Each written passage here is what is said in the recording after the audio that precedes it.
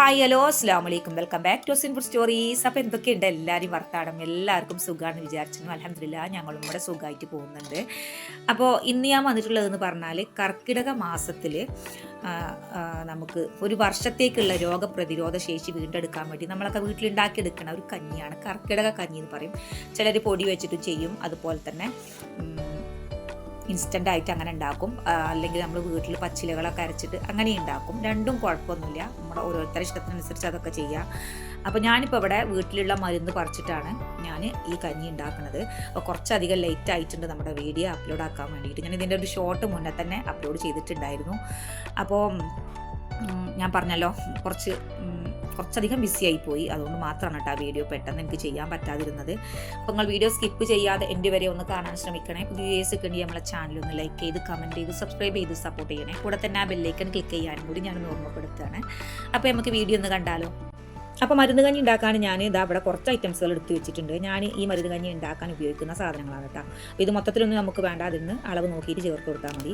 ധാന്യങ്ങളും പച്ചമരുന്നുകളും കൂടെ കൂട്ടിയിട്ട് 20-ൽ പരം സാധനങ്ങൾ വെച്ചിട്ടാണ് ഞാൻ ഈ ഒരു കഞ്ഞി ഉണ്ടാക്കാറുള്ളത്. അപ്പോൾ നിങ്ങൾ സ്കിപ്പ് ചെയ്യാതെ ഒന്ന് കാണുകയാണെങ്കിൽ മാത്രമേ നിങ്ങൾക്ക് മനസ്സിലാവുകയുള്ളൂ കേട്ടോ.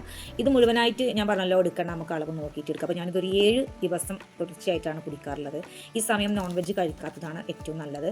ഇനി ഞാനിതിൻ്റെ അളവുകളൊക്കെ ഒന്ന് പറഞ്ഞു തരാം. ഞാനിപ്പോൾ എടുത്തിട്ടുള്ളതെന്ന് പറഞ്ഞാൽ ഒരു 6 ആൾക്ക് കുടിക്കാനുള്ള ഒരു കണക്കാണ് കേട്ടോ പറയേണ്ടത്.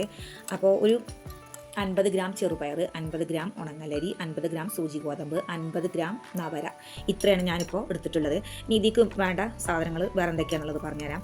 അപ്പോൾ ഒരു 2 ടീസ്പൂൺ ഉലുവ ചേർത്ത് കൊടുത്തിട്ടുണ്ട്. ഇതെല്ലാം കൂടെ ചേർത്തൊന്ന് കഴുകിയിട്ടുള്ളതാണ് കേട്ടോ. ഇത് ഞാൻ കഴുകി എടുത്തതാണ്. പിന്നെ ഇതിക്ക് ചേർത്ത് കൊടുക്കേണ്ടതെന്ന് പറഞ്ഞാൽ ഒരു 2 ടേബിൾ സ്പൂൺ മമ്പയറും, 2 ടേബിൾ സ്പൂൺ മുതിര, 2 ടേബിൾ സ്പൂണ് റാഗി. അപ്പോൾ ഇതൊന്നും നിർബന്ധമില്ല, ചേർത്ത് കൊടുത്താൽ നല്ലതാണ്. ഞാനിത് ചേർത്ത് കൊടുക്കാറുണ്ട്. ഏതെങ്കിലും നമ്മൾ കഞ്ഞി ഇങ്ങനെ ഒരു രോഗപ്രതിരോധ ശേഷിയൊക്കെ വീണ്ടെടുക്കാൻ വേണ്ടി നമ്മൾ കുടിക്കണമല്ലോ. അപ്പോൾ ഇതിൻ്റെയും കൂടെ ഒരു ഗുണം നമ്മുടെ ശരീരത്തിൽ കിട്ടുമ്പോൾ, ഒന്നിച്ച് കിട്ടുമ്പോൾ അതല്ല ഏറ്റവും നല്ലത്. അപ്പോൾ ഉണ്ടെങ്കിൽ ചേർത്ത് കൊടുക്കുക, ഇല്ലെങ്കിൽ നിങ്ങൾക്ക് ഒഴിവാക്കാം. ഉണ്ടെങ്കിൽ എന്തായാലും ചേർത്ത് കൊടുക്കട്ടോ. പിന്നെ ഞാൻ ചേർത്ത് കൊടുക്കണമെന്ന് പറഞ്ഞാൽ ഒരു 2 ടേബിൾ സ്പൂൺ കടലപ്പരിപ്പ്, അതുപോലെ തന്നെ 1 ടേബിൾ സ്പൂൺ ഉഴുന്നാണ് കേട്ടോ. അത് ഉഴുന്ന് മുഴുവനായിട്ടുള്ള ഉഴുന്ന്, തോടോട് കൂടിയിട്ടുള്ള ഉഴുന്നുണ്ടെങ്കിൽ അത് ചേർത്ത് കൊടുക്കുക, അതാണ് ഏറ്റവും നല്ലത്. അങ്ങനെ അതും കൂടെ ചേർത്ത് കൊടുത്തിട്ട് പിന്നെ ഞാൻ നല്ലോണം കഴുകി കുതിർത്തിട്ട് ഒന്ന് അടച്ച് വെക്കുന്നുണ്ട്. അപ്പോൾ ഞാനിപ്പോൾ ഒരു 8 മണിക്കാണ് കേട്ടോ അപ്പോൾ ഇത് കുതിർത്ത് വെക്കണത്. ഇപ്പോൾ അതാ 4 മണിയൊക്കെ ആയിട്ടുണ്ട്. അപ്പോൾ ആ ഒരു സമയത്ത് ഞാൻ ഇത് തുറന്ന് കുക്കറിലേക്ക് ഒഴിച്ചു കൊടുക്കുകയാണ്. അപ്പോൾ ഈ ഒരു പാത്രത്തിന് 2 പാത്രം കൂടെ വെള്ളം ഒഴിച്ചു കൊടുത്തിട്ടുണ്ട്.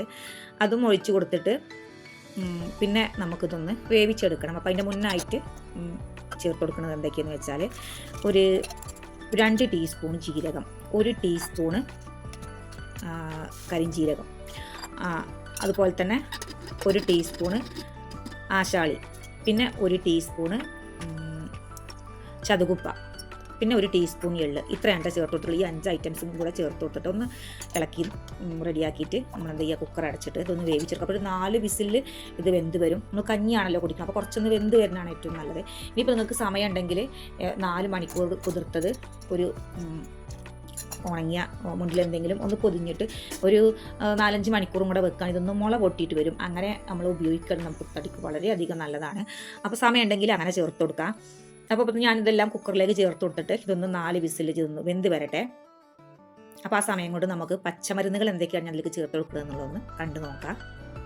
അപ്പോൾ ഞാൻ പച്ചമരുന്ന് ആയിട്ട് എടുത്തിട്ടുള്ളത് അതായത് ദശപുഷ്പങ്ങൾ ഇട്ടാ, ഉഴിഞ്ഞ, പൂവാങ്കുരുന്നില, മുക്കുറ്റി, കിഴാർനെല്ലി, കഞ്ഞുണ്ണി, പിന്നെ ഉഴിഞ്ഞ, അതുപോലെ തന്നെ വേറെ ഇപ്പം എന്താ ഞാൻ എടുത്തത്,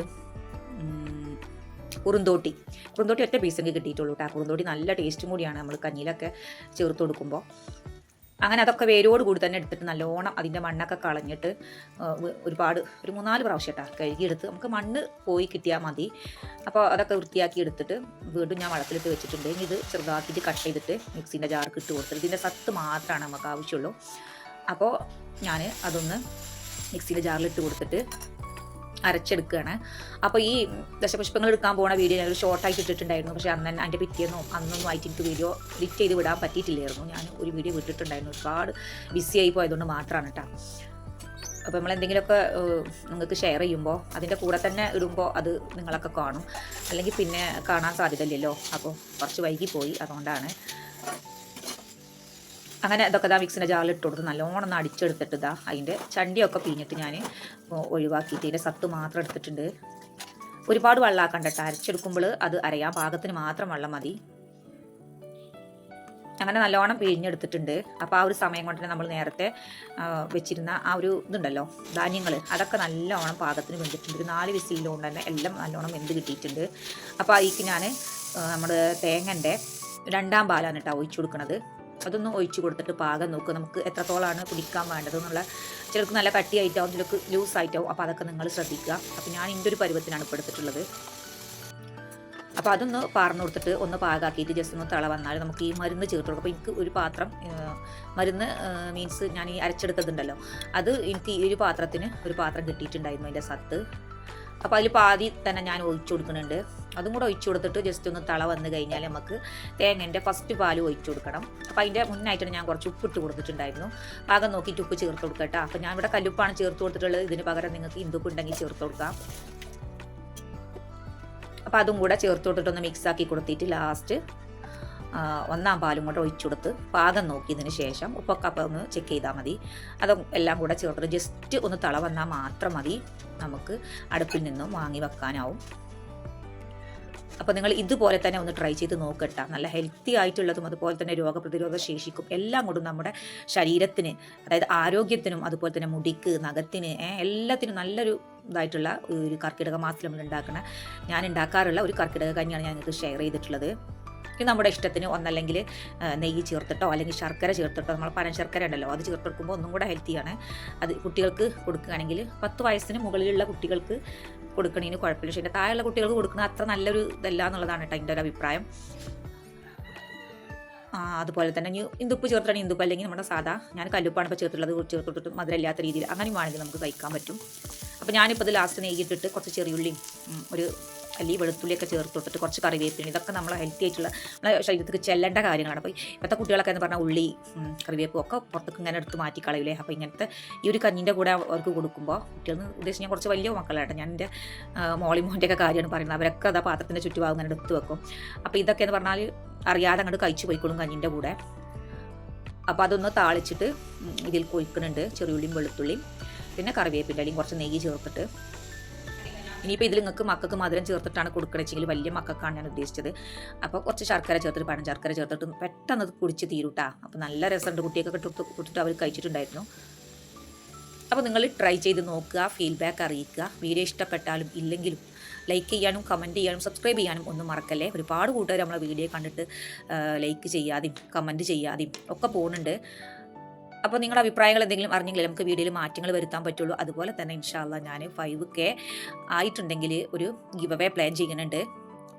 അപ്പോൾ നല്ലവരായ എൻ്റെ കൂട്ടുകാർ വീഡിയോ കണ്ട് സപ്പോർട്ട് ചെയ്യാനും ലൈക്ക് ചെയ്യാനും കമൻറ്റ് ചെയ്യാനും സബ്സ്ക്രൈബ് ചെയ്യാനും ഒന്നും മറക്കല്ലേ. വീണ്ടും ഞാൻ ഓർമ്മപ്പെടുത്തുകയാണ്. അതുപോലെ തന്നെ ആ ബെല്ലൈക്കൺ ക്ലിക്ക് ചെയ്യാനും അതുപോലെ തന്നെ വീഡിയോ സ്കിപ്പ് ചെയ്യാതെ എൻ്റെ വരെ ഒന്ന് കാണാൻ ശ്രമിക്കുക. അപ്പോൾ അടുത്തൊരു ഷാർ വീഡിയോ ഇൻഷാ അല്ലാഹ് നമുക്ക് വീണ്ടും കാണാം. Thank you for watching. അസ്സലാമു അലൈക്കും.